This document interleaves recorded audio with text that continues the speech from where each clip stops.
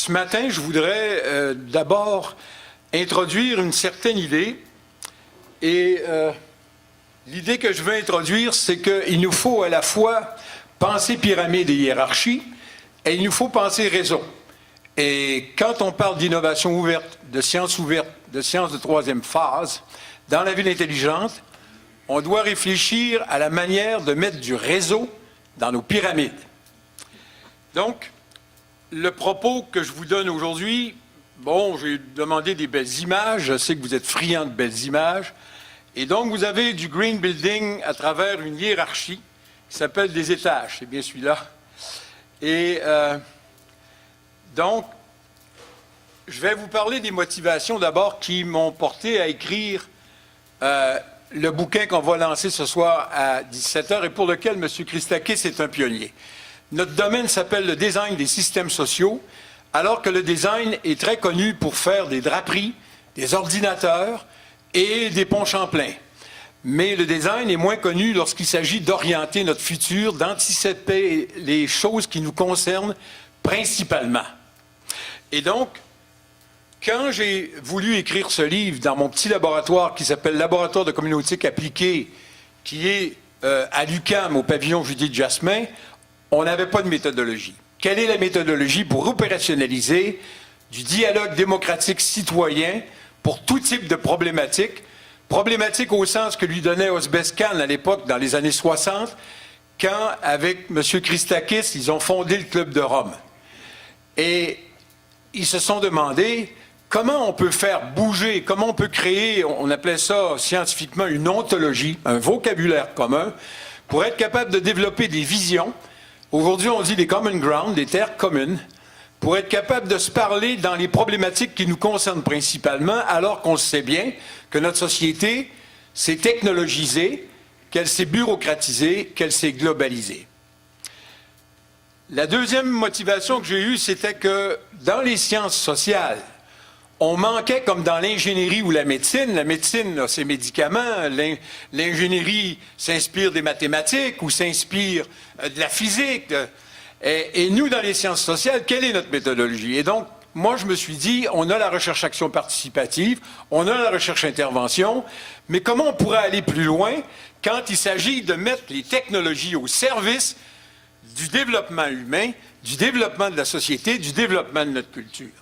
Et la troisième chose qui m'était venue à l'esprit, parce que je venais de chez Abraham Moll à Strasbourg, c'était la transdisciplinarité qui va plus loin que l'inter, que la que la multidisciplinarité, dans le sens qu'elle cherche à implanter des systèmes qui seront plus favorables à l'homme avec de multiples parties prenantes. Donc, on fonde le design communautique, design au sens de configurer, créer des morphologies, mais aussi au sens de ceux qui n'aiment pas le monde tel qu'il est, on va le changer. Et donc, il faut donc être transformatif, transitionnel. Et le design communautique, c'est un nouveau champ, un champ de la communication, parce que j'ai vraiment travaillé autour de concepts comme relation, communication, mais aussi coordination, collaboration, coopération, etc., qui sont tous définis dans mon bouquin comme étant le vocabulaire de base pouvant servir à de vastes collectifs d'acteurs pour faire du changement social.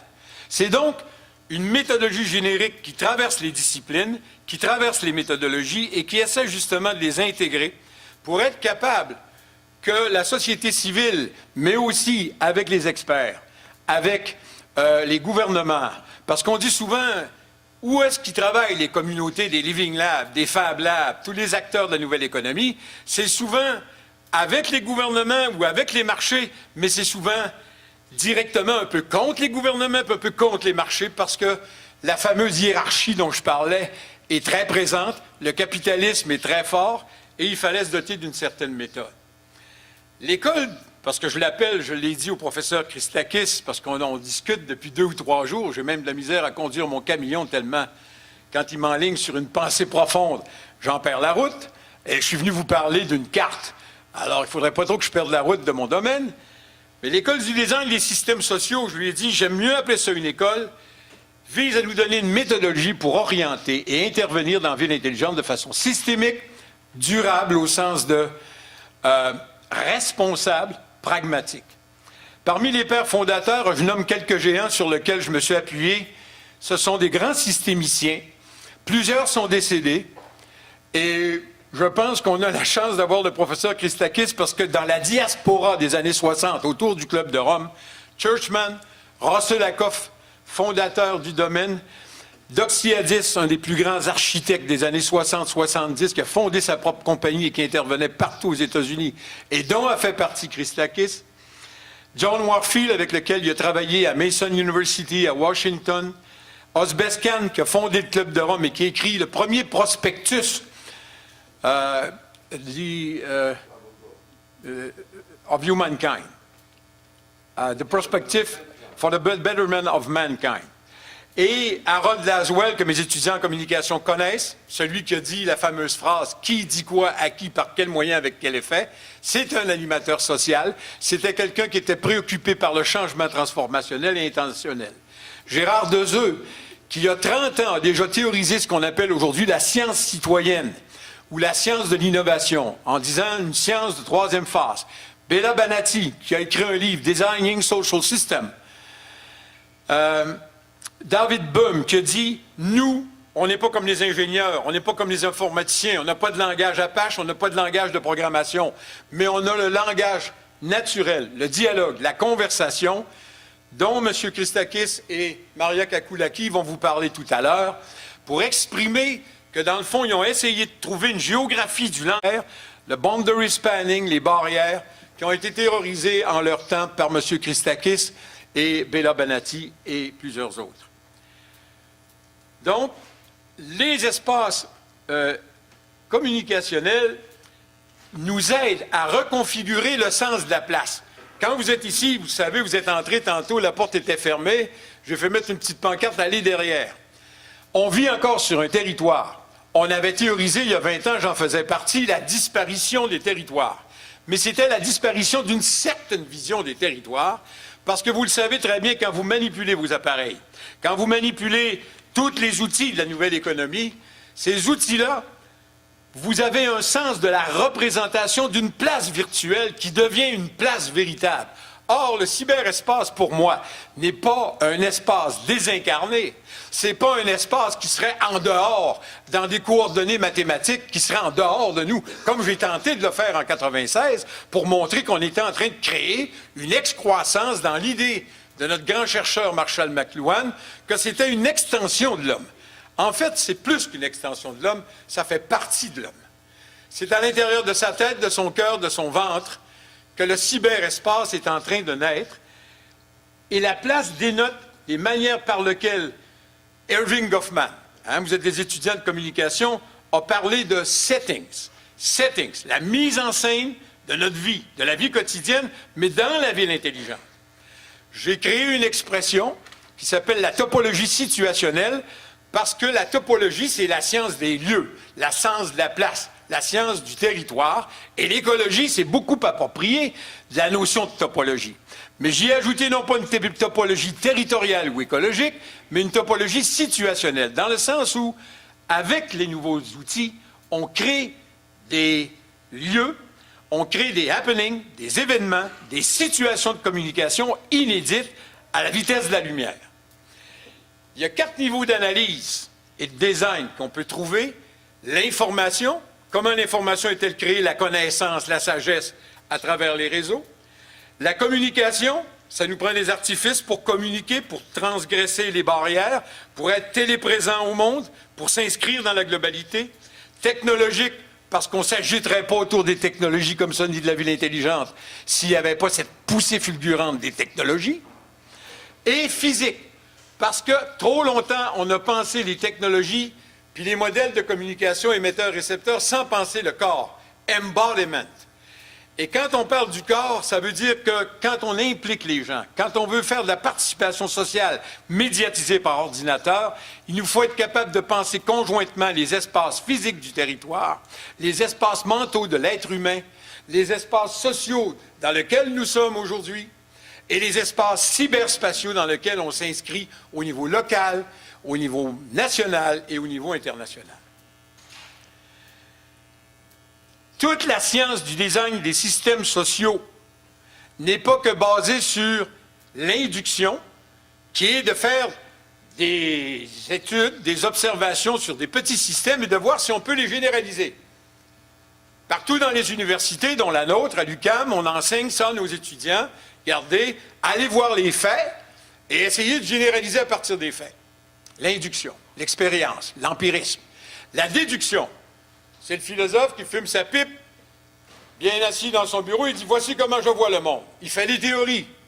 Et il explique dans des livres, ça dépend, comme moi, comment ça devrait marcher. En fait, on n'est pas aussi pédant que ça. On est beaucoup plus modeste que ça parce que le changement est beaucoup plus dur à induire qu'on le pense. Mais l'abduction, c'était Charles Sanders Peirce, le grand philosophe, puis je le dis à mes étudiants, s'il y a juste un philosophe que vous devriez connaître, c'est Charles Sanders Peirce qui a inspiré toute la linguistique contemporaine, la sémiotique, la sémantique, et qui a dit l'abduction, c'est faites des systèmes qui n'existent pas. Ça rejoint l'empirisme dans le sens où on va créer la ville intelligente, mais avant de la créer en vraie grandeur, de façon trop grande, on va faire des petits systèmes prototypiques. On va faire des petits systèmes qui sont incroyablement bien rodés à petite échelle. Et la notion d'échelle est importante parce que mon image du début, c'était un building, mais vous allez voir que les réseaux entre les buildings, parce qu'on théorise beaucoup la ville intelligente, mais on parle beaucoup moins des buildings intelligents et de l'architecture intelligente, mais ça commence. Avec mes collègues ici à l'UQAM, on théorise beaucoup les questions de l'architecture intelligente. Et l'abduction veut juste dire, ce qu'on n'aime pas dans le monde, on va le changer. Donc, on est des indécrottables optimistes, même à mon âge. Les espaces communicationnels, donc, est-ce que je suis en train de reculer? Oui, vous savez, les étudiants, suivez-moi pas, il faut vraiment avancer à l'université, puis s'élever. Pas dans les buildings trop, mais voici les lunettes. La paire de lunettes qu'on essaie de dire, elle est multiple. Mais on essaie juste de dire, il y a une diversité de points de vue. Il y a une diversité de points d'observation. Le plus difficile, à mon sens, et je crois que ça a été la quête de Christakis toute sa vie, comment on établit des consensus quand on est une bande de professeurs qui ne se parlent plus parce que leur discipline a créé des silos partout dans l'université, et qu'entre avocats, ingénieurs, architectes, on ne se parle plus. Le premier but de notre colloque, c'est de dire, c'est fini tout ça. Il faut qu'on soit capable de dialoguer, de converser, de se parler. Et ça veut dire beaucoup plus que ça. Scientifiquement, ça veut dire qu'il faut qu'on trouve le vocabulaire. Il faut qu'on trouve la méthodologie derrière le vocabulaire. Et Christakis est venu au Canada, justement, pour nous en parler avec Mme Kakoulaki, qui aime les implanter. Et donc, voici l'idée, il faut changer la paire de lunettes avec laquelle on regarde le monde. On peut parler d'integrative studies, on peut parler de transdisciplinarité, on peut parler, etc. Mais il faut qu'on fasse exploser les bornes de nos spécialités pour s'ouvrir à l'autre, pour s'ouvrir à sa profession, pour s'ouvrir à son métier, pour s'ouvrir aux problématiques qui le préoccupent ou qui la préoccupent principalement. Bon, je suis encore en train de reculer. Alors, quelques notions sur lesquelles on aura l'occasion de revenir, mais je ne perds pas trop mon temps. Il y aura des petits bouquins ce soir que je pourrais apporter, mais il a fallu que je réfléchisse à une étoile communicationnelle qui prend en compte, non pas juste M. de Rome ou Sophie Thibault qui parle et qui est coupé en deux et qui nous parle, parce que c'est toute l'histoire de 75 ans de théorie des communications, de ne pas prendre la place du corps. Mais vous autres, les jeunes, dans la réalité augmentée, dans les environnements immersifs, dans tout ce vocabulaire-là, vous savez très bien que la place du corps, les expressions de visualisation 3D sont très importantes. Il fallait donc qu'on prenne le corps, la société, l'apprentissage social, les infrastructures, etc. Le modèle que j'ai développé dans mon livre était tout simplement une tentative d'essayer de théoriser la place du corps, la place de la société et d'être capable de donner un socle qui n'est pas désincorporé, mais qui est incorporé dans le physique, dans le territoire, à ce qu'on appelle aujourd'hui le cyberespace, ou si vous préférez mieux, les environnements numériques, qui soient d'apprentissage, qui soient urbains, qui soient organisationnels.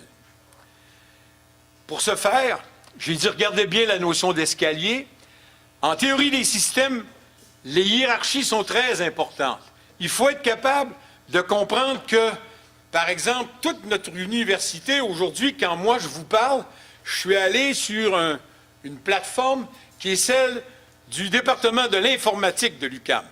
Quand mes étudiants viennent sur mon Moodle, ils ont à la base, au premier étage, un système d'infrastructure.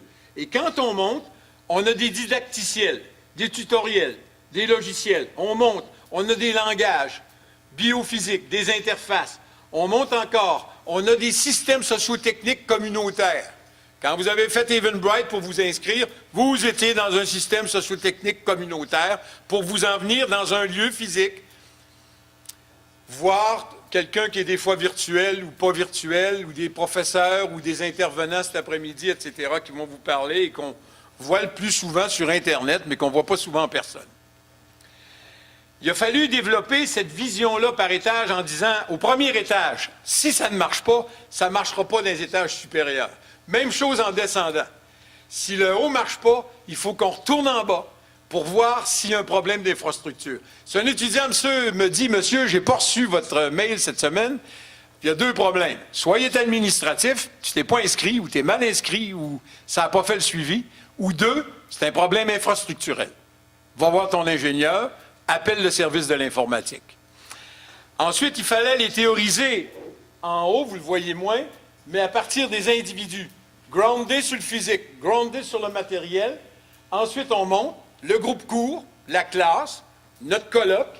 On monte encore les communautés d'apprentissage autour. Par exemple, j'ai vu Monique Chartrand tantôt. Ce ne sont que des communautés d'apprentissage dans les écofabs, les Fab Labs, les jeunes qui viennent là. Ce sont des communautés dispersées sur un territoire, mais unies autour d'une institution qu'aujourd'hui, avec l'idée de système social numérique, on dit que ce sont des institutions numériques construites par le langage. Et ça, c'est Habermas qui nous dit ça. J'ai un livre à la maison que je viens d'acheter. Les institutions numériques naissent comme ça partout sur la planète. Mais ces institutions-là, numériques, doivent refléter la pensée des gens, des communautés, etc. Et on va jusqu'au monde.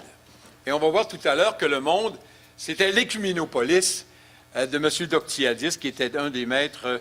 Je vais être obligé d'accélérer un peu, là, parce que là, je sais que... Alors, il a fallu que je développe un modèle de cycle de vie. Moi, je travaillais beaucoup avec les gens du multimédia.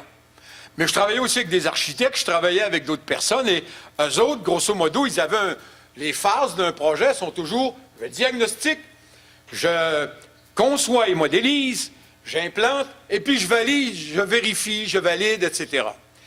J'en ai observé 30. J'ai passé une couple d'années à observer des cycles de vie. Le mien en a 7.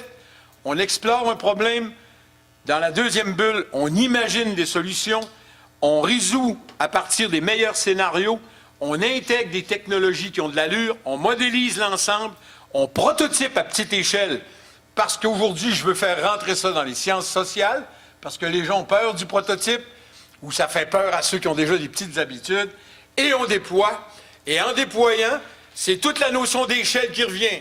Le petit groupe, la communauté urbaine, et ce sont les espaces de vie qui ont été théorisés par les plus grands théoriciens fondamentaux en architecture, Le Corbusier, dans le domaine des angles des systèmes sociaux, M. Christakis qui est ici avec nous, on a cette chance fabuleuse.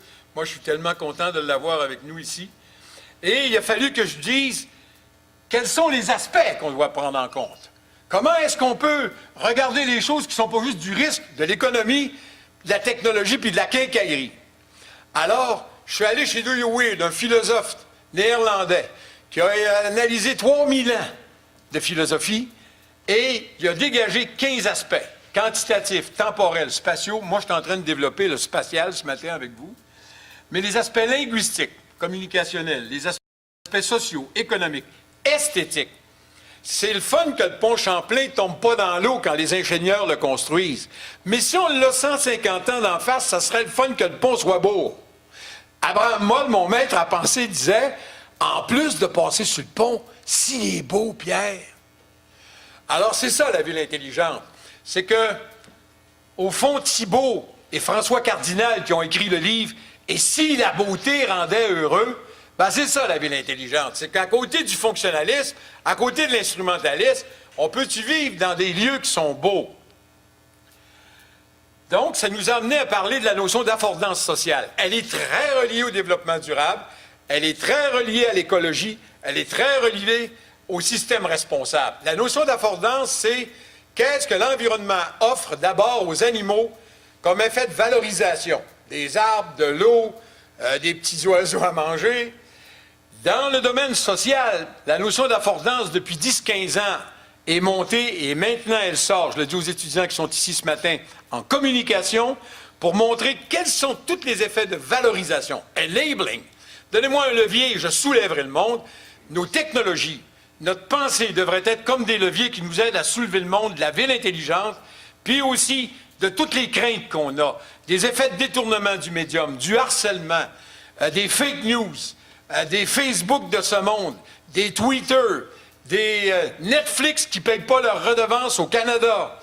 Il faut qu'on arrête ça. Il faut que les systèmes qui nous concernent principalement et qui impliquent des milliards de dollars, là c'est le militant qui parle, ça ne coûte pas cher de le dire, c'est ça qu'il faut qu'on harnache puis qu'on oriente selon nos besoins et nos valeurs. Bon, une petite photo de Dubaï que j'avais repérée, que Geoffroy me l'a retrouvée. Voyez-vous ici, là, ça illustre bien les réseaux. Mets du réseau dans ta pyramide. Ici, il y a des piscines. Moi, je n'irai pas en haut. Là. Je ne prendrai pas de chambre d'hôtel s'il faut une conférence. Mais j'accepterai peut-être de me promener. Il y a des gens ici. Alors, regardez bien. Donc, Dubaï, ils essaient tout parce qu'ils ont des milliards. Nous, on ne fera pas Dubaï. Mais l'idée était belle de dire, regardez, on met du réseau dans notre pyramide. Et regardez bien la rhizomatique. Ceux qui connaissent le discours de Deleuze-Guattari, de temps en temps, le prof, faut qu'il montre que lui, c'est classique. Deleuze-Guattari, les rhizomes. Une société rhizomatique. J'ai trouvé chez les Chinois, curieusement, c'est les Chinois de l'intelligence artificielle pris avec ces systèmes-là, qui ont développé un modèle de communication dans lequel Geoffroy m'a dit « Lève-toi pas debout, juste pour ça, je me lève debout. » D'abord, il y a des espaces personnels qui sont basés sur l'espace physique. Le vert, là, c'est la pelouse. C'est l'espace physique. Nous, on a construit l'humanité à partir de l'espace physique et on est sorti de cet espace physique-là. Je heurte les catholiques, je heurte les religions, mais on est des scientifiques. On s'est émancipé de l'espace physique en créant un espace physiologique, le corps. Nous interagissons par présence vicariale, par téléprésence. On a la chance d'être capable de projeter, depuis une cinquantaine d'années, notre image de départ à une image de distance. À travers le cyberespace et les outils, on échange toute une faune symbolique. Donc les réseaux ne sont pas que des écotones, c'est-à-dire des frontières physiques, mais ce sont des frontières linguistiques, sémantiques, sémiotiques. Semantic link, c'est ça le mot de Aizube. Et donc, on écrit, on lit, l'expérience utilisateur, c'est votre génération, et on vient dans l'autre bulle. C'est bien le modèle émetteur-récepteur, mais les flèches représentent des frontières, des écotones, parce que notre job, votre job, comme jeune étudiant, c'est d'essayer de lire que, par exemple, un lac qu'on installe à Montréal interface une belle architecture. Ça s'appelle un écotone. Mais si on le projette dans la société, l'équipement, les infrastructures d'un groupe, leur vocabulaire, leurs priorités peuvent heurter celles des autres. Et ça commence par le vocabulaire. Ça commence par la vision du monde. World view. Moi, je travaille énormément là-dessus. Comment est-ce qu'on se représente? Et au fond, le prince purée tourne autour de l'idée de relation. Le design communautique est un design relationnel, un design interactif, un design orienté vers un mieux vivre. Le designer aujourd'hui, c'est le user designer dont vous êtes partie prenante, qui circule autour des laboratoires vivants, et c'était l'école laboratoire de la démocratie des années 60, théorisée par Christakis et maintenant par Kekulaki. J'ai simplement mis un modèle de design pour montrer qu'aujourd'hui, on a le modèle. On n'est pas dans une vision de l'esprit, on a des modèles qui se développent, et quand M. Joshua Benjou de l'Université de Montréal parle aux francs-tireurs, et qui parle comme avant-hier devant mes collègues à la faculté de communication, il dit qu'il faut qu'on assoie les gens de sciences sociales avec les ingénieurs, les informaticiens, les spécialistes de la robotique. Et quand on regarde ce qui s'est passé à Las Vegas, il y a 2-3 semaines, au gros show, ben c'était la naissance de toute la robotique sociale. Donc, ça va être plus qu'un robot qui fait du ménage, ça va être plus que des robots qui sont désignés comme des femmes ou des hommes, c'est-à-dire qui sont anthropomorphisés. Ça va être des robots qui sont partout dans les murs. Et plus ils vont disparaître, plus ils vont être présents.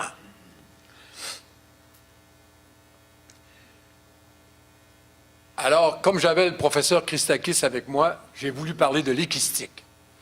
C'était une science qui a été proposée par l'architecte urbain visionnaire Constantino Doxiadis, qui constitue, je pense, un bon exemple d'approche conceptuelle multipalier, comme mon escalier de tout à l'heure, comme l'image que j'ai donnée du building vert, mais qui en même temps était itérative, circulaire. On parle d'économie circulaire, il en parlait déjà il y a 40 ans. On parle de wisdom of crowd, la sagesse des foules.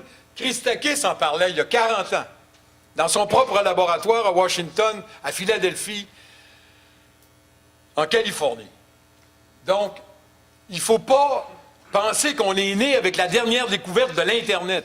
Tous les concepts dont on parle aujourd'hui sont nés dans les années 60, après la guerre, avec des chercheurs qui constituaient une petite diaspora, mais qui sont maintenant étendus dans le monde entier. La science de l'équistique, vous savez, c'est la même racine qu'écologie. Équis signifie maison. Quand j'ai prononcé tantôt écotone, vous avez dit d'où c'est qui vient, ça a la notion de frontière. Éco et tone, c'est la maison. De notre maison, qui symbolise en fait le territoire pour tout le monde, nous nous projetons dans le cyberespace et avec Elon Musk, on se projette maintenant sur Mars et on décolle des fusées puis on les ramène, quasiment comme si on avait créé un laboratoire vivant pour être capable d'aller porter du monde sur Mars avec Elon Musk. Quelle était la grille équistique? Quelques mots là-dessus et puis je vais donner la parole ensuite à mes collègues. La grille équistique, c'était de penser des matrices équistiques. C'était 6 éléments. La nature, donc on avait le physique, l'homme, nous autres, les femmes, mais aussi les animaux, mais aussi la faune, la flore, etc. La société, parce qu'il se disait, si on ne règle pas les gros problèmes de conurbation ou des villes comme Mexico, comme Tokyo, etc., on va avoir des sacrés problèmes. Et c'était il y a 40 ans, là. 40 years ago, he was talking about the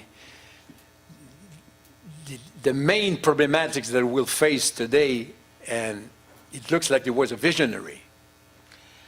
Ensuite, on a planifié les coquilles de l'homme. Moi, j'ai étudié avec ça. Edward Hall, la dimension cachée, le langage secret. C'est pour ça que je vous parle d'écotones. Les écotones, on ne les voit pas. Les écotones, il faut les observer.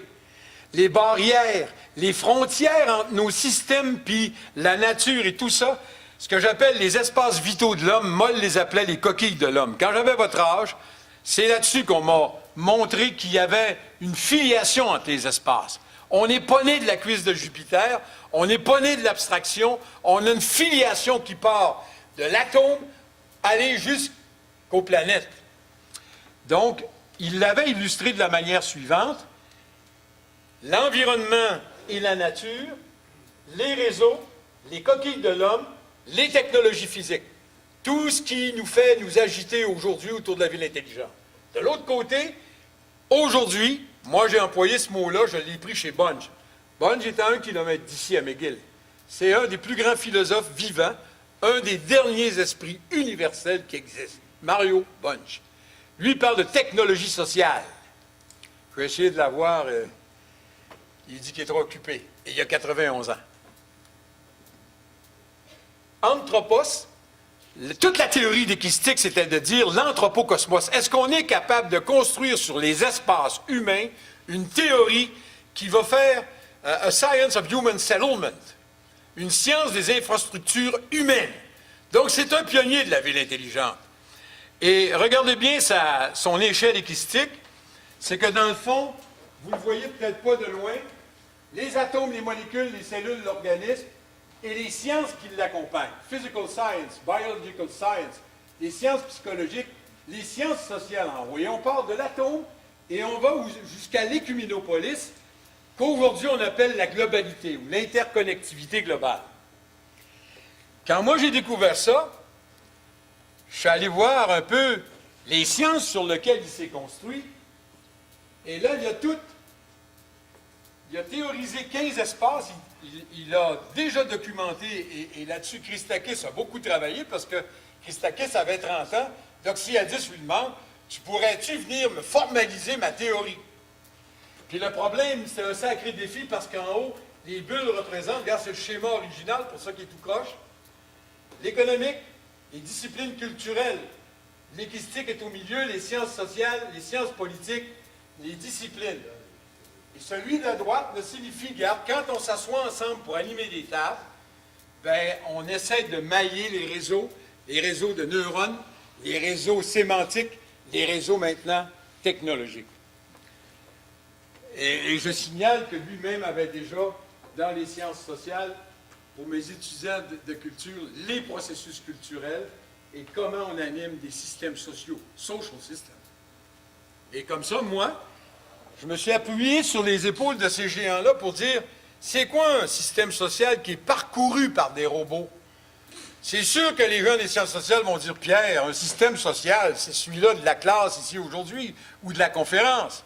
Et moi, je leur réponds, quand tout est maillé, quand vous êtes au bout de votre cellulaire, quand vous êtes dans des environnements immersifs et de plus en plus augmentés, et ça fait 40-50 ans qu'on est là-dessus, je regrette, il va falloir qu'on pense, parce que Moodle, pour moi, à l'UQAM, qui est notre plateforme d'éducation à distance, quand un jeune Marocain ou qu'un jeune Iranien s'en vient dans l'UQAM, je regrette, mais Moodle est un système social numérique parce que Moodle, c'est l'UQAM. Ce sont les règles de l'UQAM, les lois de l'UQAM, les modalités administratives de l'UQAM, et je ne sais pas comment on peut les appeler. Mais de toute façon, il faut provoquer un peu notre société. Cette idée, voyez-vous encore, de hiérarchie, elle est encore adoptée, et on le verra tantôt dans la conférence de Kakoulaki et Christakis. Ils vont nous parler de comment on définit. Ils ont 3 types. Ils appellent ça « the 3 types of policy making » parce que tu as des politiques locales, des politiques globales, puis tu as des politiques sectorielles avec le big data. Et donc, ils ont, à l'image de Doxiadis, théorisé la famille, la communauté locale, la municipalité, la périphérie, la nation, le globe. Puis tantôt, Elon Musk sur la planète Mars. Parce qu'on va y aller. Comme si on y allait en taxi. C'est pas juste que la liberté qui va donner 35 millions pour s'en aller sur Mars. Donc, je voulais simplement, brièvement vous dire, on a une science qui s'appelle la science du design des systèmes sociaux.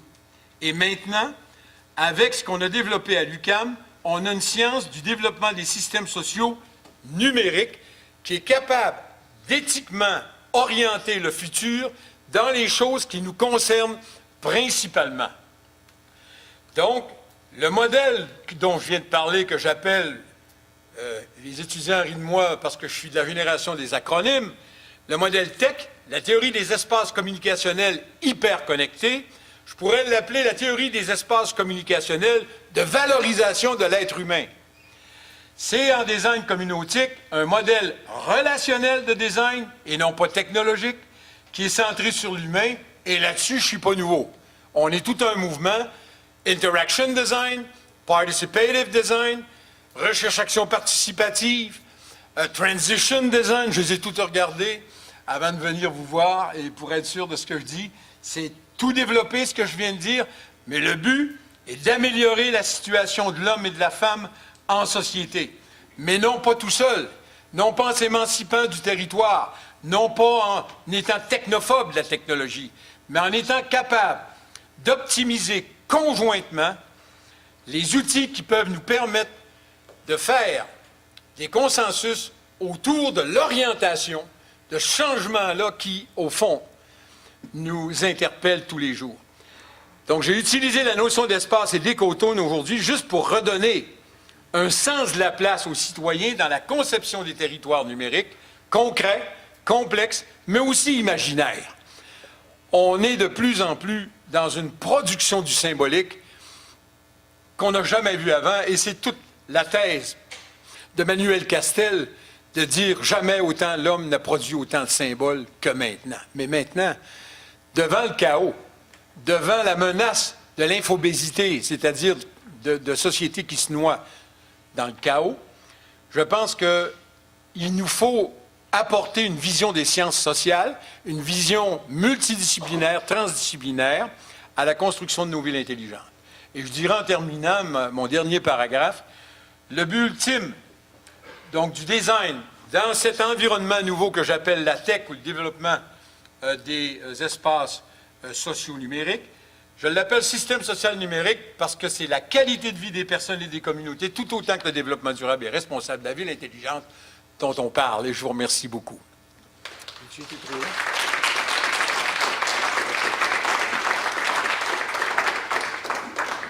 On pourrait prendre une ou deux questions à M. Harvey.